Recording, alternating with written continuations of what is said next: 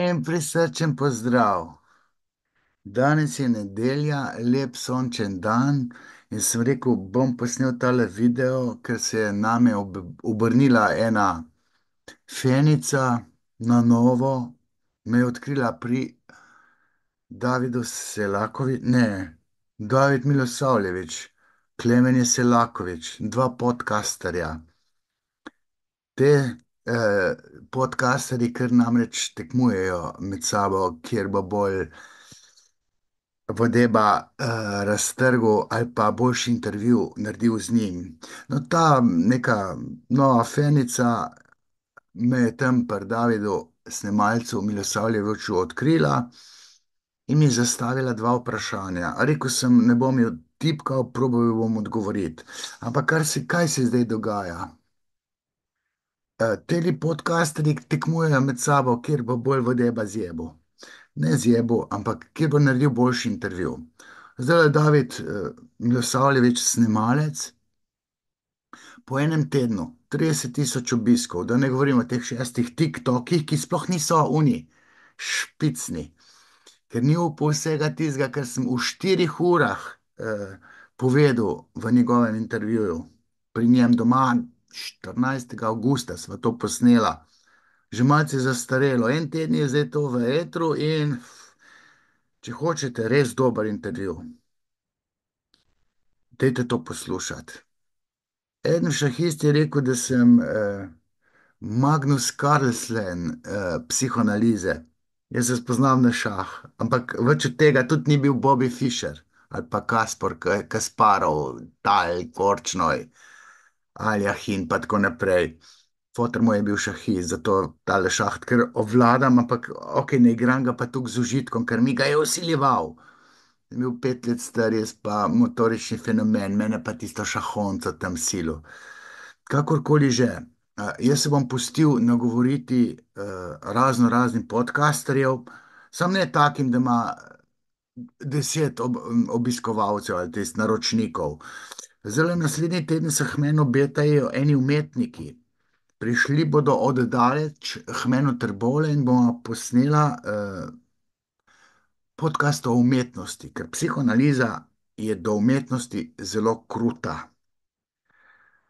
In tudi tale Ksenija iz Kranja se je tako razkrila, da glava peče.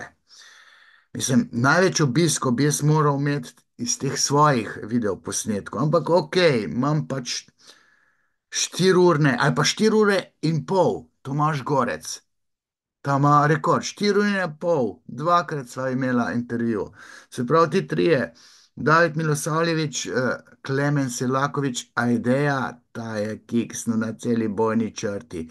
Pa Tomaž Gorec, njemu sem pa še terapevtsko povedal, kaj vse narobe dela s hčerko. Skratka, jaz se pustim zdaj nagovoriti tistim, ki imate neke podcaste. Ksena ni nič podcastinja, ne, podcastarica. Šel sem k njej domov, sin je prišel s kamero in sva se pogovarjala. Že drugič. Prvič o patološkem narcizmu, moškem predvsem, drugič pa o njenem otroštvu, o njeni mami, šizofreni materi, materinih detomorih. Ha, ne, se pravi, kriminalni splav je pisalo v kartoteki. Glejte, najboljše podcaste sem pa jaz posnel s Tanjo Žuvela. Ne. Tam se pa lahko učite. Ne. Vse tedi so vsi v redu, vsi super. Mene ljudje rehabilitirajo, ker so mislili, kakšen kreten sem jaz. Ne, ne.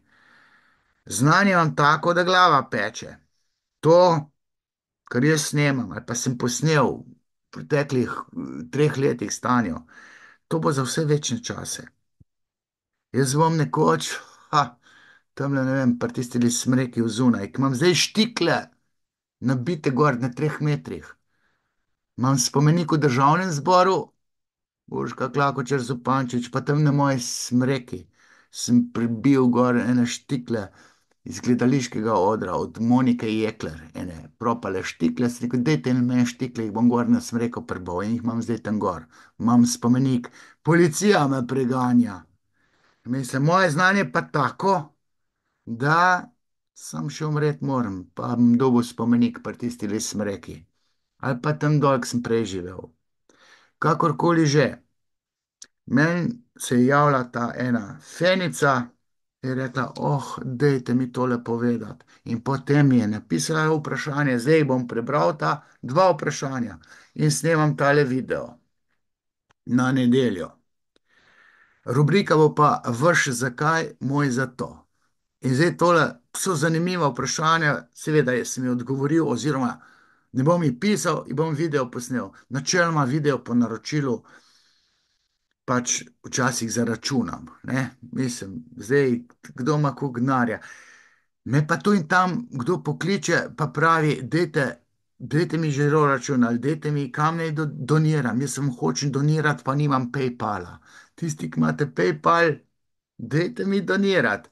Mislim, zdaj, eli sračk, kako so že mačke, freudebologija, da ne rečem fafalogija, mi je zmanjkalo. 30 evrov je bilo tole. Tako da, gledajte, jaz sem na gledališkem odru, si finance zagotavljati. Mislim, zdaj bo v tem letu, ali pa mogoče v naslednjem, 400 ta predstava, potem bom pa zaključil. Ne vem, mogoče bom kako novo predstavo moral narediti, ker imam še 5 let do penzije. In bom imel, ne boste verjeli, neke seksološka svetovalnica. Ne vem, ali bom imel telefon, ali bom pa kakšno dobro mrho imel za sogovornico. Se še nisem odločil.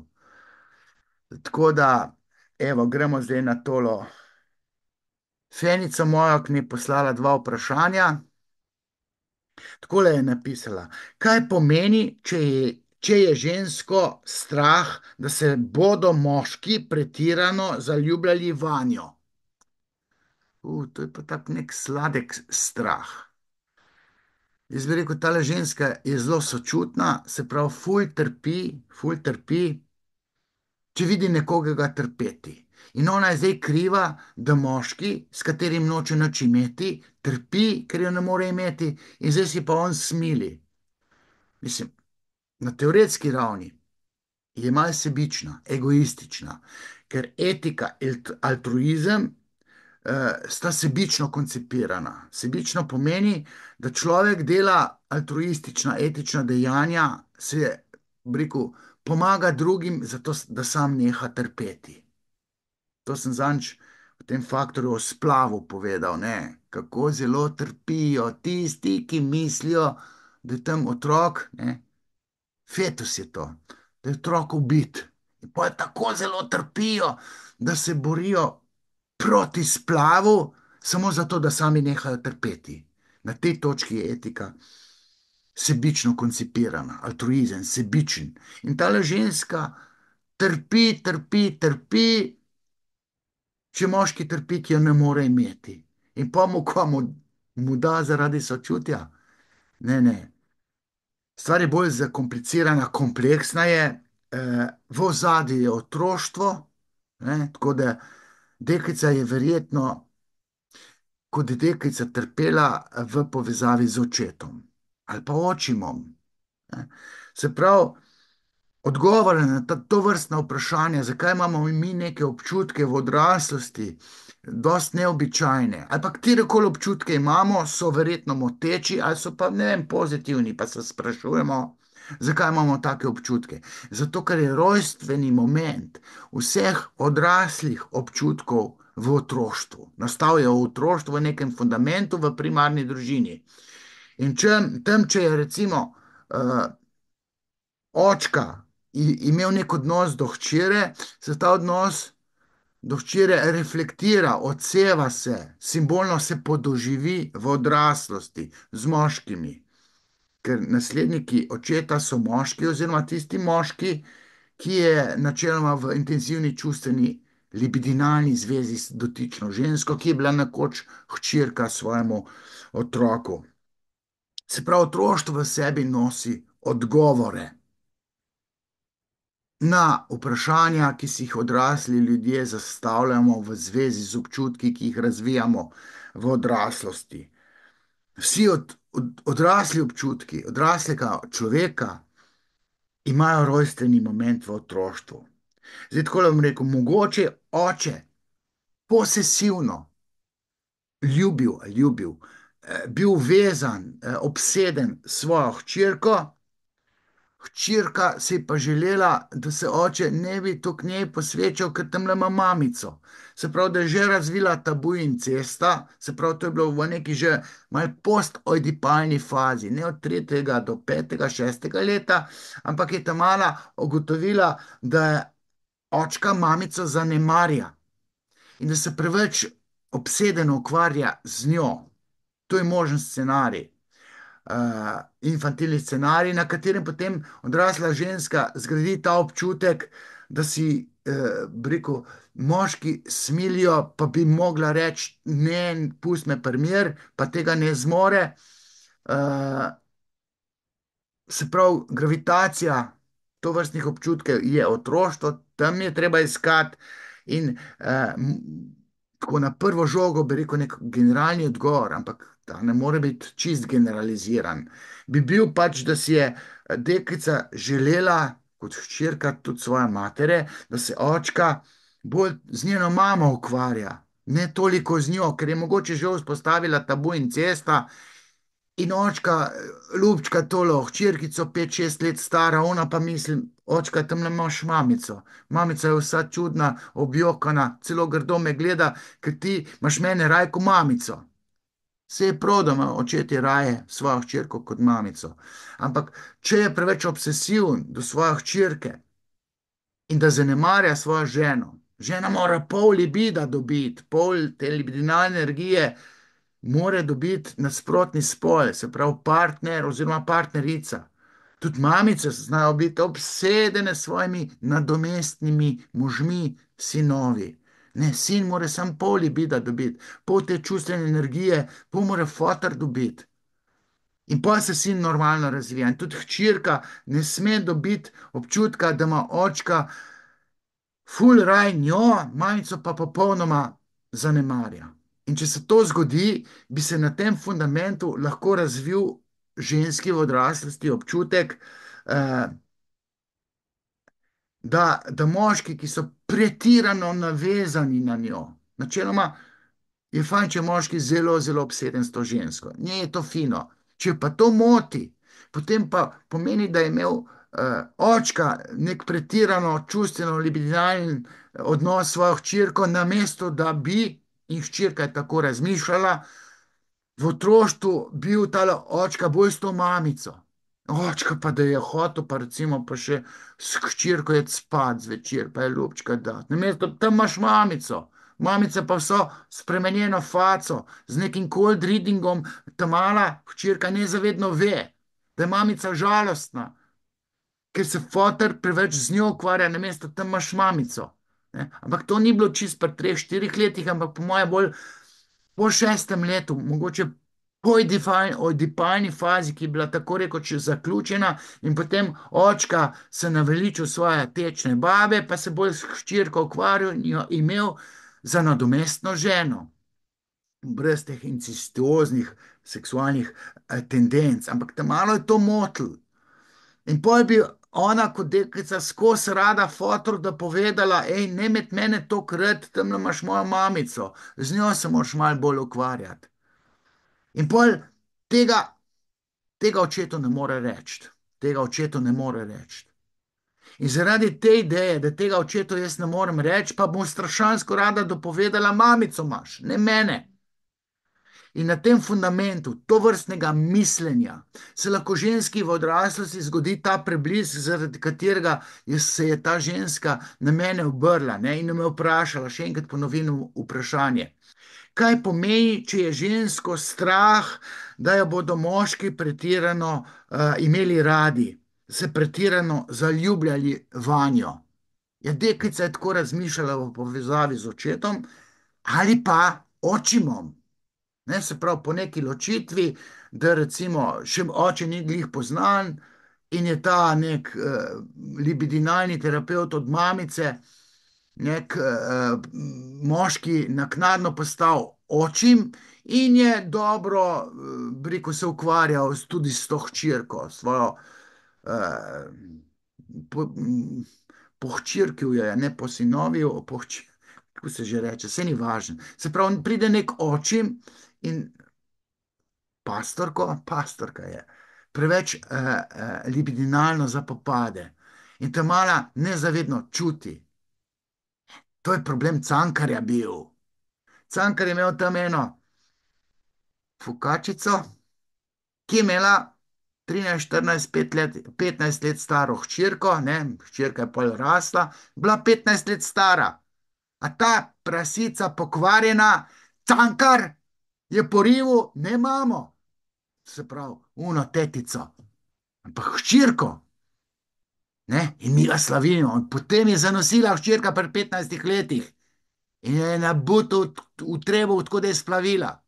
Ivan Cankar, skodelica kave, fotra ni imel, zato ni imel moralne razsodnosti, imamo pa Cankarja dom, pa Cankarja slavimo. Ne? Ta hčerka, ne? Ok, če ne bi bilo zdaj tega zbrcanja, bi lahko v odraslosti, hčerka, mislim, zdaj na to Cankarjevo 15-letno ljubico, ki je varala svojo mamo z njenim ljubimcem, z Ivanom Cankarjem, ne, ta bi lahko razvila občutek, da jo moti ali pa ne more reči moškemu, ne bi jaz več, to se ji srce trga. Ne. Se pravi, ko ženska ne da očetu ne more reči, torej hčerka očetu, oči mu ne more reči, hej, tam imaš mamico. Mojo mamico, tvojo novo žensko, mene pusti pri mir in mu ni sposobna reči, mogoče tudi zaradi tega, ker noče mamico užaliti. Ne? Mamica nekega ljubimca pripelje pa reče, to je tvoj novi očka in ta mala po 10 letu je nerodno, da je oni da ljubčka za lahko noč. Ej, ko mi meni ljubčka za lahko noč devaš, ti nisi moj očka, tam nemaš mojo mamico. To so te očimi.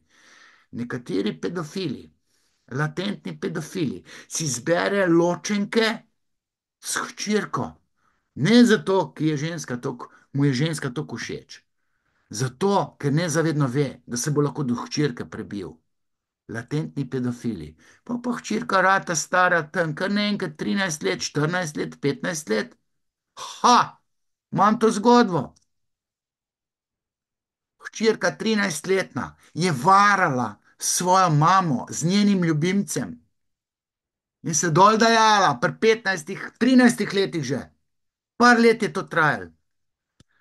Pri 70 letih še ne more s tem živeti, ker se je ta zgodba iz otroštva, iz mladosti aktivirala, ko je varala svojega moža. To marsikatera dela, ampak ta s tem ni mogla živeti. In se hodila, ko je mož umrl, opravičevati na njegov grob, češ da ga je varala in ne more s tem živeti. Mož je pa mrtev in se mu ne more opravičiti. Ja, gospa, ni to problem, problem je vaše otroštvo. Kaj pa tam bilo tazga?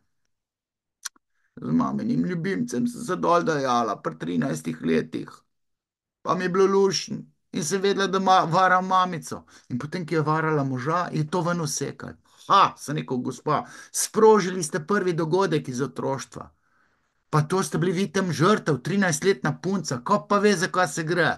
Pa pride en, bi rekel, 40-letnik ali pa 35-letnik, pa se tam loti 13-letnice. To se je zasukne od lušnega, ker je draženje teh genitalij prijetno. Skratka, zdaj sem malo že zabredel v eno stratosfero psihoanalize, to je že malo kvantna psihoanaliza, ampak gledajte, jaz sem poučen, ene stvari moram povedati. In zdaj, če sem se lotil odgovarjati ta dva vprašanja, evo, to sem še povedal, ampak bom za konec rekel, zdaj sem dal nek generalni odgovor, ampak z individualnim pristopom, z individualno psihoanalizo na kavču, oziroma na fotelju, imam jaz, nimam nič na kavču, zadnji imam jaz za spat. Drugače se jaz pogovarjam tako ena na ena in brskam po otroštvu. In šele individualni pristop najde infantilni moment, ki je ključen, da se eni občutki v odraslosti namotajo na nekaj potlačenega, izrinjenega, infantilnega na občutke v odraslosti. Individualni pristop. Zdaj sem neko generalno razmišljanje povedal, generalno v smislu, nekaj takega je moglo biti, ni pa rečeno, da je čisto, kot sem zdaj povedal. Lahko je, da je nekaj tretjega, težko je zdaj razložim, kaj bi bilo. Moral bi se individualno pogovarjati z dotično žensko, da bi vedel, odkje se njej napaja ta občutek, da zakaj se pretirano torej sekira, če bi morala enega moškega zapustiti, ker ni ta prav, ona pa tega ne more, ker se on tako smili. Načeloma je smiljenje bolj ženska domena. Ženske so bolj take usmiljene, tudi zato, ker se sama sebi kot deklica smili, ker nima lulčka. Kaj pa zdaj nimam lulčka, joj, pa ljokajo, vidijo tam pri bratu lulčka, se rodi in ima lulčka, jaz pa nimam. Ha, se sama sebe smili. Smiljenje, pretirano. Veste, kdo ga je imel? Anita Ogulin, par mesecev nazaj je umrla. Anita Ogulin je bila izjemno sočutna ženska. In po jaz poslušam njene intervjuje o otroštvu. Odkje ima ona to sočutje tako močno, da išče tiste trpeče duše, išče tiste otroke, celo odraslo življenje iskala otroke, samo zato, da jim bi pomagala. Ker ni mogla živeti, ne da bi nekomu pomagala. To je sam iskala te žrtve trpeče, da si lajšala dušo, da je pomagala. In pa ugotovim, da je reva punčka imela slepega očeta. Celo otroštvo ga je za roko vlekla po pločniku, sem pa tja na une vaje pevske, ga je vodila slepca svojega fotra. In ful trpela, ker ko je ona zamižala, ni nič videla. A takšen je moj očka. Joj, kako se mi smili, greva očka, pa ga je zelo roko vlekla. Celo otroštvo. In ta paradigma smiljenja se pri njej ne napaja tam iz kastracijskega kompleksa, kot običajno ženskam, ki so ful sočutne, ampak iz obdobja, in to obdobje ni bilo 2 meseca, ampak celo otroštvo slepega fotra vodila in zamižala in videla, da on nič ne vidi. Ne, jaz vidim, kako sem srečna, moja očka pa tako trpi, da nič ne vidi. S tisto infantilno logiko si zacvrla vse možgane in kaj je postala ful sočutna ženska.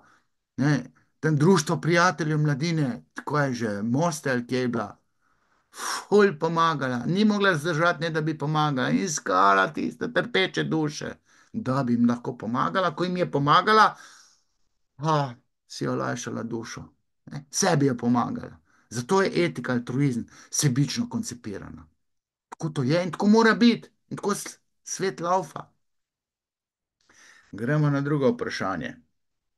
Kako se, na kratko pravi, da bi opisal, oblikuje moška psiha, če je oče pretirano navezan na svojega sina. Ne? Se pravi, moški odraste kot otrok, je bil pa deležen očeta, ki je bil na tega svojega sina pretirano navezan. To ni dobro. Sem že prej rekel, pol libida, pol te čustvene naklonjenosti, mora partner dobiti. Ne? Funkcionalno nezrel človek, ne odrasel, namesto da se tam z babo ukvarjal, se pa ali s hčerko, ok, hčerko, ali pa s sinom. Ne? Baba vsa aseksualna, ne vem, živela brez fotra, ločeni starši in ji gre dec na živce, ker je sam bivajoči, ker je prisoten in ga totalno zanemari, se umakne, postane aseksualna in on, mož, sublimira so čustvene energije ali da zdaj da nadomestno ženo, hčerko ali pa na sina. Ne, deseksualizira in zalije foter, kar je izjemno neprimerno, zalije svojega sina s svojo čustveno energijo. Ta lahko, ok, ne bom rekel, da postane gej, ampak lahko postane biseksualen. Ne, ker ta mali pa tudi ima rad svojega očeta, on oče obseden s svojim sinom, ga ljubčka, ga ne kaznuje, ga boža. Ne, sin mora začrteti, zasovražiti svojega fotra, ker mu krade mamico. To mora sin normalen doživeti kot deček. Fotor mu mora iti na živce. Tako je pravilno razrešeno ljudi po kompleks. Poražen moraš biti s strani tistega tujca, očeta, ki mi krade mamico. Mamica pa želja otrokovega sinovega življenja. In tam mora priti fotor pa rekel, hej, tam mal, bejš mi tam v svojo sobo spat. Bog var, da fotor spi s svojim sinom, ne se hecat, už ga je naredil, ponovadi ga mama naredi. Fotor ne sme biti preveč ljubeč, preveč se ukvarjati, preveč s svojim sinom, mu mora meje postavljati, ured ga spraviti. Tudi če je ADHD-jevc, sem gledal tam na nek ADHD. Baba je bila režiserka, režiser. Ne, scenaristka je bila ženska. In pol naredi on Ana Mirkovič, ali ko je bila ne, mlada psihiatrinja, bolezen, ADHD, poter je zajebo, si nam moš ured spraviti. Mislim, ne, ok, nekateri so težko vzgojljivi. Eden od mojih dveh sinov je bil malo težje vzgojljiv kot unta drug. Pa to ne pomeni, ja, ga je treba malo umiriti. ADHD, Ritalin, sam še ne mi pomisliti o kakšnih tabletih, da mi bojo po sinu tam z tableti rovarili. Fotor mora sina v red spraviti. Ne gleda te feministične filme. ADHD, živi otroci, spremstvo, ja, veš, tvoja misel je prenagljena, treba te je razumeti. Razumeti, fotor ured ga sprav. Nimaš kaj tam smetiti po razredu, če je treba tih biti, je treba tih biti, lega umir se. Fotor ga mora ured spraviti. ADHD-jevca. To je farmacevtska industrija si izmislila. Če je fotor preveč obseden s svojim sinom, pa ga samo boža, pa mu daje priznanje, vsako pizdarijo, ki tam mal naredi, v redu je, fotor v red ga sprav. In pa se te fotri tam ukvarjajo s svojim sinom, ki baba seksat ne da. Pa imaš pa nadomestni objekt, žele imaš pa vse, une aduta, ki je sina in ga zjebeš. Psihično se otrok ne razvija prav. Če se fotor preveč z njim ukvarja, zasmeti po psihi sinu in pa moški ni ta prav, psihično ni ta prav. Ok, pustimo zdaj, ali je biseksualc ali ni. Se pravi, sin mora biti jezen na svojega fotra, ker mu krade mamico. To je temelj, stebrni kamen mentalnega zdravja. Ukleščen je pa v paradigmo Oedipovega kompleksa, kastracije. Oedipov kompleks ima svoje zakonitosti. Fotor ne sme biti tam ljubkovaljen za vsako ceno in cele dneve tam s svojim sinom, obseden. Fotor mu mora meje postavljati, obsedena mora biti mama, pa ga ljubče, za vsakodnevno mama mej postavljati. Ko bo tam malo pizdarje počne, hej, sine, bo fotor prišel, bo oči prišel, boš pa videl hudiča. Tomaj se mora fotra bati, ne pa da je fotor tam sam s sinom, ne, pa, ljubi moj sin, jaz sem bil slab v vsem, še posebej v športu, boš ti moj športnik. In zdaj bomo mi dva delala, trenirala cele dneve, bomo fuzbal špilala. Te malo mora alergični na travo ratati, zato da neha fuzbalersko sezono ali pa kariero. Ker vidi, da ni talentiran, pač neka genska struktura je v ozadju in pa oči, demo dodatni trening, demo fotor prav, ne. Tam ali pa pol alergični na travo rata, ali pa na usnje, ki je žoga usnjena. Sam, da mu ni treba fuzbal brcati, ker je fotor obseden s tem, da sin ni športnik, jaz bi pa rad, da si športnik, ker jaz nisem bil ti pa boš. Ja, malo moš pa tudi talenta imeti za to. Skratka, psiha sina ni bolana, če se fotor preveč ukvarja z njim, ampak je zaznamovana z napačnim očetovim pristopom k gor spravljanju, ne vzgajanju, upbringing je pravi izraz. Če fotor zajebe na tak način, kot ta ženska izpostavlja, bom še enkrat povedal, kakšno je bilo njeno vprašanje. Na kratko, kako se oblikuje moška psiha, če je oče pretirano navezan na svojega sina. Zaznamovanje sin, kot moški ne funkcionira prav. Ha, to je bilo to. Če se vam zdi, da je tole v redu, PayPal imate tam, pa malo donirajte, bom pa še kaj posnel. Čau!